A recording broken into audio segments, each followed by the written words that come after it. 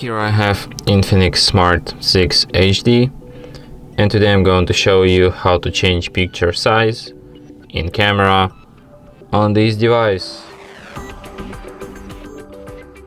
So firstly you have to open camera, then tap on the gear icon to access its settings, and here you can change picture size. So you have like 8 megapixels, 6 megapixels, and also 5 megapixels.